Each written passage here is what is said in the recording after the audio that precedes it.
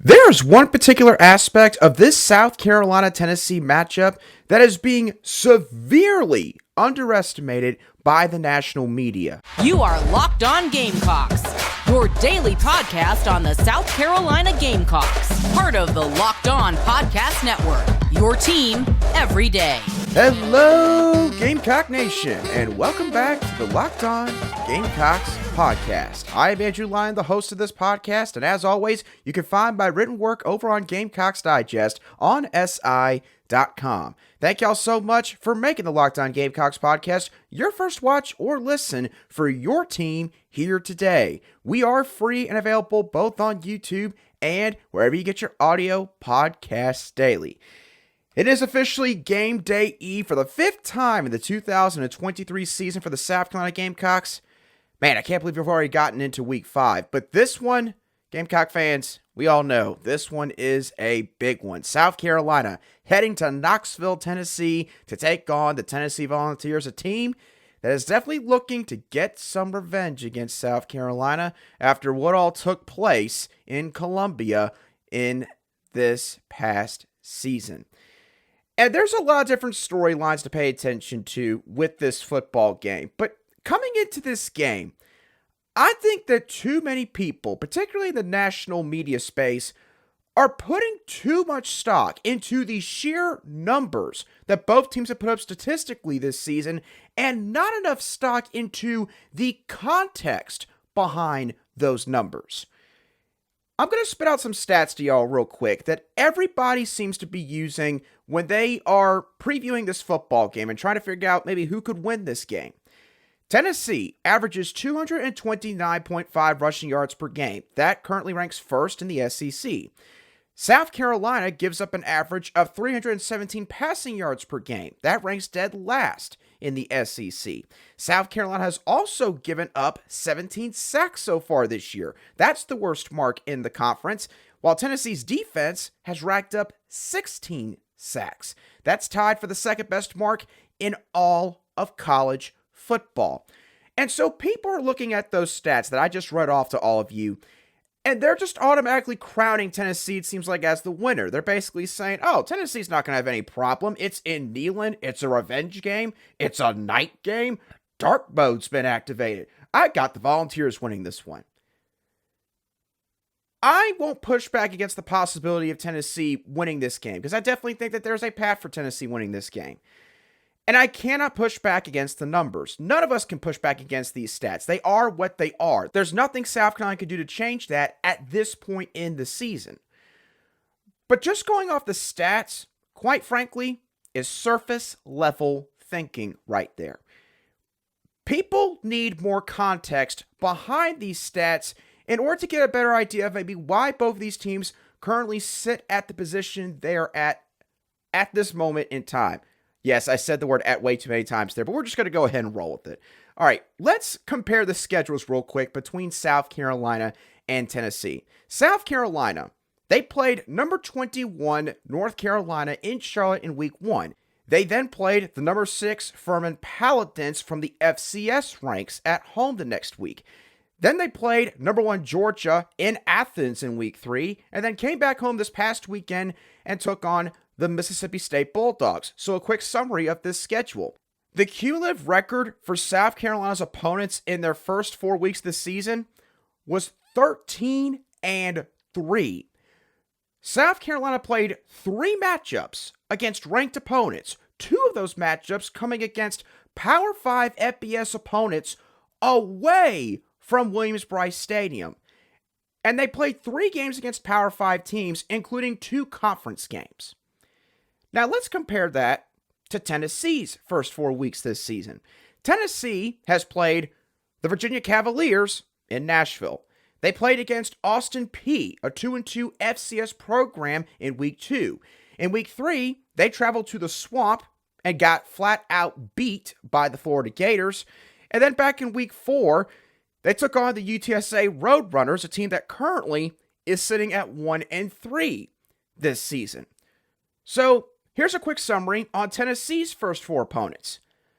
The cumulative record of these Volunteer opponents was 6-10 in the first 4 weeks of the season. Tennessee has yet to play a single ranked team at the time of the matchup that actually took place. They have played only 2 games against Power 5 opponents, and they've only played 1 conference game. And again, that one game was against the Florida Gators, and we all probably watched that game. We all saw what happened to Tennessee on that night. And you know what the pulse is of each program at this point in the season? For South Carolina, look, they know that they have things to work on. The Gamecocks definitely are by no means a finished product, but they've been through some pretty tough battles. They at least know their strengths and their weaknesses. And they also, in a way, have some reason for optimism after what they have seen the past couple of weeks since that Week 1 debacle against North Carolina. Now, flipping things over to the Tennessee side of things, the Volunteers, it kind of feels like they're still trying to figure out exactly who they are. They have yet to play a complete game all season long. And I remind you, they played Virginia, Austin Peay, Florida, and UTSA. Nowhere near as tough of a 4-game stretch as South Carolina's played to this point. The bottom line with all of these points that I bring up to all of you is I don't think that South Carolina is as bad of a team as the stats might indicate. And I also don't think that Tennessee is as good of a football team as the stats would indicate. Essentially, I think that the numbers, if people are just going to go off of that for this game, they are going to be misled to a certain extent. I'm not trying to say that Tennessee doesn't have a bunch of good players, because they do, on both sides of the football. I am not naive enough to say that having a fully packed Neyland Stadium in a revenge game isn't going to be a factor in this game. Is it going to be a positive for Tennessee? Because as I'll discuss in a few minutes, I do think that that is going to play a factor in this game. But my point here is I think there's a little too much weight being put towards the emotional side of this game for Tennessee, and also, quite frankly, the reputation. I think that people, after that North Carolina game, after what happened to this offensive line for the Gamecocks, in a way, they've kind of just written South Carolina off. They're not even giving them a second thought. Georgia was supposed to blow South Carolina out of the freaking water, and South Carolina was winning at halftime in that football game. So if South Carolina could do that against Georgia, is it really that far-fetched that they could beat Tennessee in Knoxville? I certainly don't think so, and I'm sure the majority of you don't think that's the case. I'm pretty certain that the majority of us, we could see South Carolina win this football game. If you missed the crossover show that I did with Locked On Vols host Eric Kane on Thursday, by the way, does a great job covering the Tennessee Volunteers on his side, I predicted South Carolina to win this game 34-31. I think that the odds makers, quite frankly, they have it wrong in this game. And I'm not just saying that just because I cover South Carolina. I just feel like that there's genuinely a bunch of different things, mainly in terms of the context of this season, that people are just skimming over. And it's causing them to come to really bad conclusions about who this matchup favors. It's going to come down to multiple different matchups, but it's not as lopsided in Tennessee's favor as I think everyone is making it out to be. So, of course, we'll find out on Saturday night just which team is the better team in the majority of those matchups. And with Saturday night's game, there's a couple questions that South Carolina is going to have to answer, specifically if they want to leave Knoxville with a victory. But what are the 3 most important questions in this contest? We'll dive into those questions in just a couple moments right here on Locked On Gamecocks. Today's show is brought to you by Nutrafol. Now, for all of you guys out there, I got some bad news, but I've also got some good news. The bad news is 80% of you guys that are listening to this show right now or watching this show, you're going to have hair thinning in your lifetime at some point. But the good news is it does not have to be your fate. It does not have to be the end result. You can get ahead of hair thinning with Nutrafol. Nutrafol is the #1 dermatologist recommended hair growth supplement out there. It is clinically shown to improve your hair growth, visible thickness, and visible scalp coverage. And in a clinical study, 84% of men showed improvement in their hair after 6 months of taking Nutrafol men's hair growth supplements. Take the first step to visibly thicker, healthier hair. For a limited time, Neutrophil is offering our listeners and viewers $10 off your first month subscription and free shipping when you go to neutrophil.com/men and enter promo code LOCKEDONCollege. Find out why over 4,000 healthcare professionals recommend Neutrophil for healthier hair. Neutrophil.com/men, spelled NUTRAFOL.com/men, and enter promo code LOCKEDONCollege.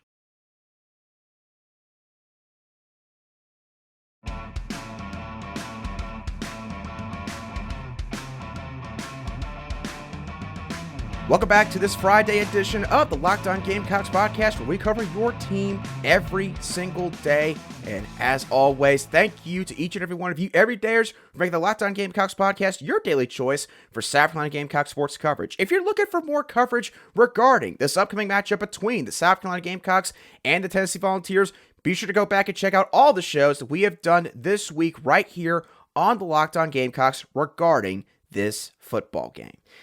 And speaking of this football game, there's still a few questions that I sort of want to see answered by South Carolina on Saturday night. Questions that are going to pertain to the conclusion of this game. Could decide whether or not South Carolina walks out of Neyland Stadium with a victory. So let's get into the first question here that I have for this game, which is, does South Carolina win this football game if they rush for 100 and plus rushing yards? This is something that has not been talked about a whole lot this week, and for obvious reason, because Spencer Rattler, my gosh, the guy's been on an absolute tear to start this football season, and ironically enough, he's been on a tear since the Gamecocks' massive upset victory over Tennessee this past football season. But the rushing game could indeed be a component of this game that could really help to balance things out offensively for South Carolina and could give them a much better opportunity to win this game. As a matter of fact, under Shane Beamer, South Carolina is 15-1 when they rush for 100 or more yards in a football game. Their sole loss in those circumstances came against the Tennessee Volunteers in Knoxville back in 2021. Now, it is important to note here that South Carolina, they got a much more talented roster than they had back in 2021. And while Tennessee, they've taken some steps defensively, honestly, their offense this year probably isn't as good as the offense that they had 2 years ago. So to get back to this question, could South Carolina win this game if they rush for 100 plus yards? In my opinion, the answer is yes, because I think that Spencer Rattler, he's going to get his in this football game. Tennessee ran a lot of zone and soft man coverage against the Florida Gators back in week 3, and Florida, they took advantage of it. They had a good ground game to go along with that, but the offensive staff and Billy Napier on the Gators staff, they recognized that, Tennessee's going to give us that much space on the perimeter. Well, heck, we'll take advantage of it. We'll take our 5 yards here and 6 yards there. And with how much Spencer Rattler can beat you down the field with his explosive passing plays, you could see how Tennessee might employ the same kind of strategy on Saturday night. And that could, therefore, in a way, leave the door open for the Gamecocks to try out the ground game some. And I'm going to say it right now, I think you got to at least give it a chance. I'm not saying you got to run the ball, half the time in this game. I think that would honestly be a terrible decision by Dialogics if they decide to do that unless they're having success. But Mario Anderson Jr., he showed you last week against Mississippi State. He could do some things in that backfield. He runs violent. He runs angry. And he does not usually go down on first contact. At least not very often. And Tennessee, an interesting thing I heard earlier this week, they've had 10 plus missed tackles in each of their last 3 football games. That is a lot of missed tackles, and that is usually not something that you can correct in just 1 week's worth of practices in the middle of a football season.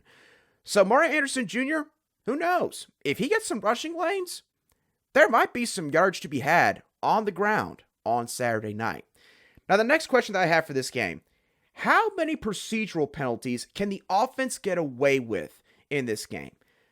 I alluded to this earlier, but again, we cannot get around this.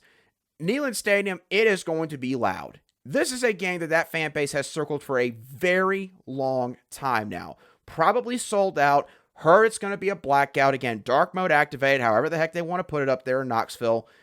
The fans are going to be in this one. And If anyone has been in Neyland Stadium and knows the way that stadium is constructed, you know how much the noise levels just get trapped in there. The sound does not exit the stadium very easily with the way that Neyland Stadium was built. I think there's a nickname actually for it. I think it's called the Roman Coliseum of college football, and it certainly has that feel to it when you are inside that stadium. But point being, South Carolina, they cannot afford to have too many procedural issues on offense in this game if they want to walk out of here with the win.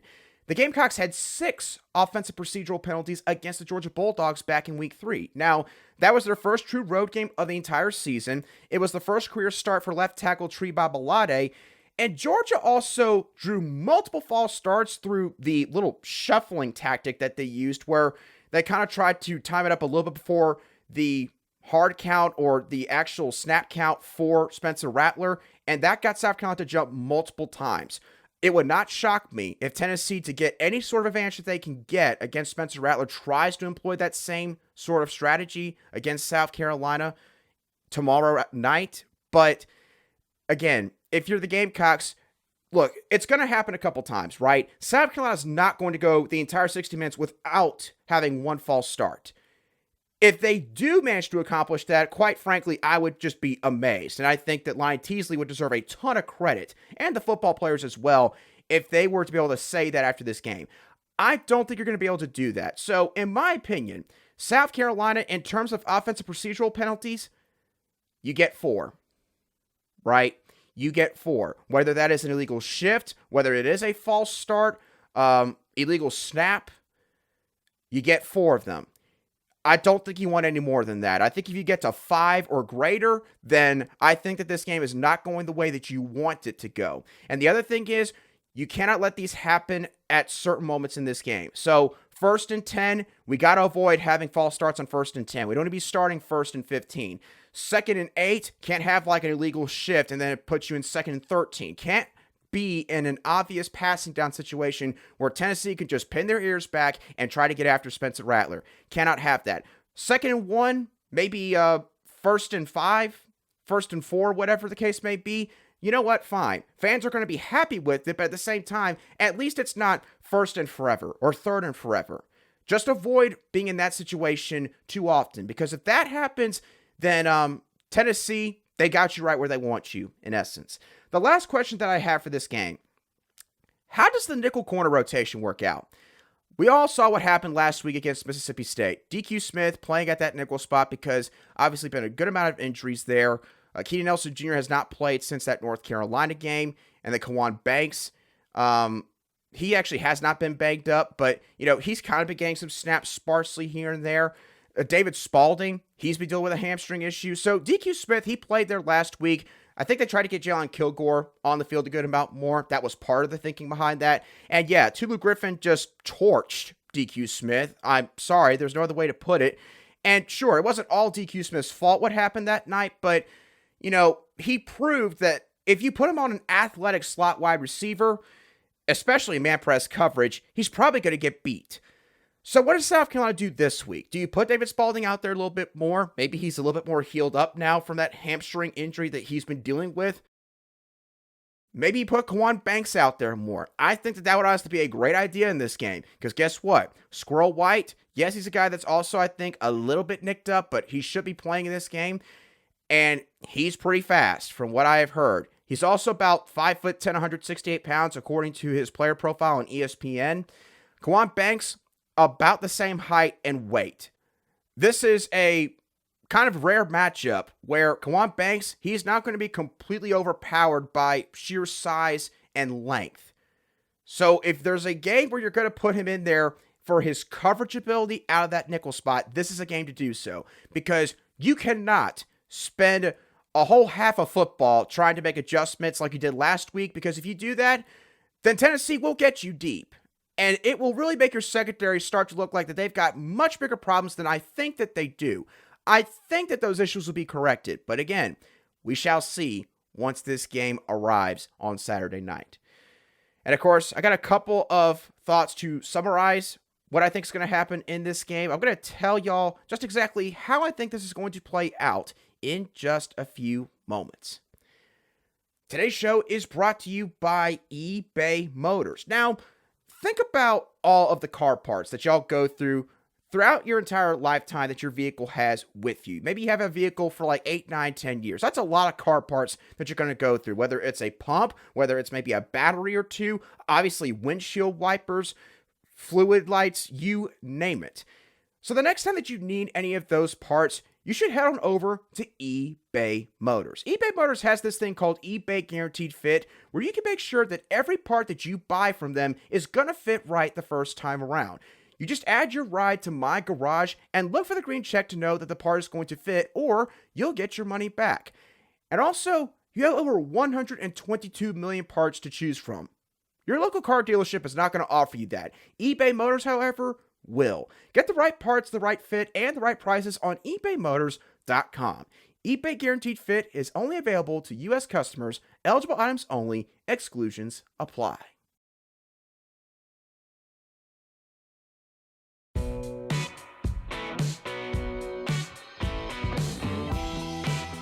Welcome back to today's edition of the Locked On Gamecocks podcast, where we cover your South Carolina Gamecocks every single day in just 30 minutes.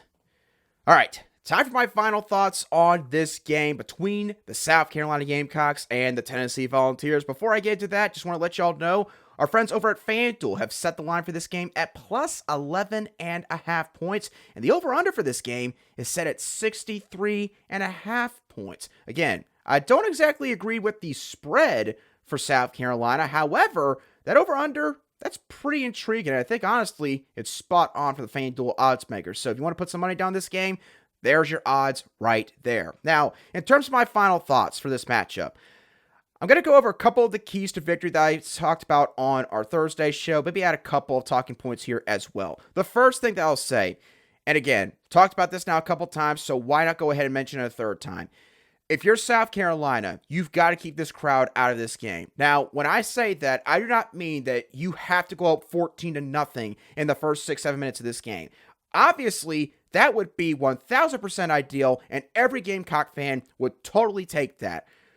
But again, I think that the beginning of this game is where the crowd could get to you the most, especially because that is when they're going to probably be at their loudest, especially with how liquored up these Volunteer fans are likely going to be for this matchup. So, point being, don't go down 10-0 or 14-0 early. Do not let that scenario play out, because if you do, those Volunteer fans are just going to be louder and louder and louder, and before you know it, that is when things can start to snowball. That's when you can start to press, even if you're Spencer Rattler.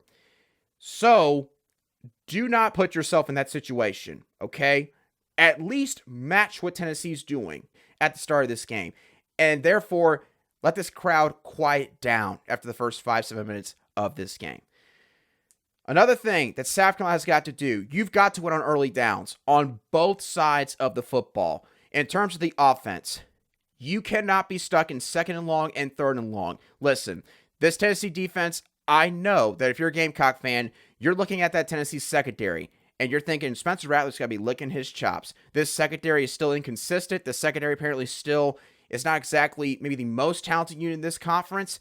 And Spencer Rattler torched that secondary to the tune of 400-plus passing yards and 6 touchdowns this past November. So why can't he do it again, despite the issues around him? Well, I will say this. The Volunteers, for as bad as their secondary has been at times, their defensive front is pretty athletic, and those guys are pretty quick. The Volunteers, they've built some good depth at that edge rusher spot in particular.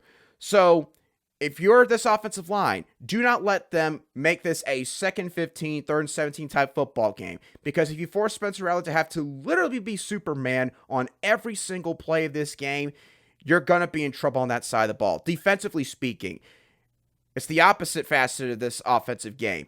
You've got to slow down the run game. Tennessee, everyone likes to think that they just throw the football around. That is a massive misconception about this offense. They love to run the football. They're going to try to establish the ground game, and especially for a quarterback in Joe Milton that has struggled to find consistency in terms of his accuracy and touch, it is extremely imperative for the Volunteers this year to have a good ground game. Jalen Wright, one of their top 3 running backs, I've heard that he's a bit nicked up, and he apparently is going to be a game-time decision for this game, so don't know if he's going to play. But Jabari Small and Dylan Sampson, those 2 guys, they're pretty solid back there as well.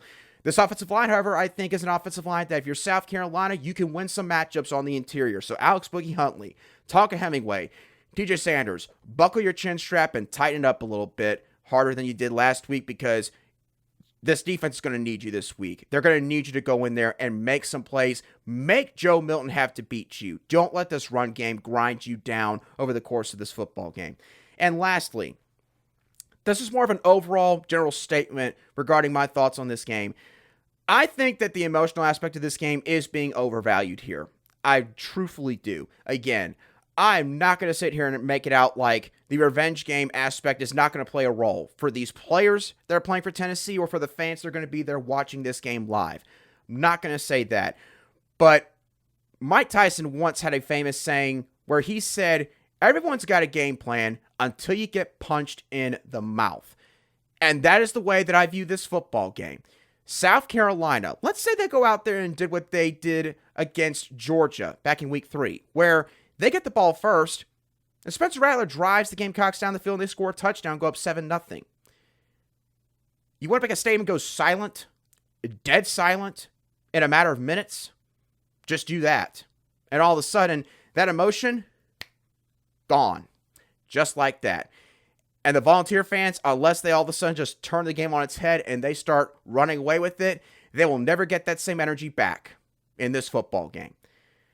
You don't win sports events, you don't win these games purely off of emotion. Emotion can be a good thing if you channel it the right way. Emotion can also be detrimental when you feel like you got a lot of pressure on you to win this game. And I can promise you, both teams have pressure to win this game. South Carolina, it'd be really good for them to win this game. But you know which team really needs to have this game the most?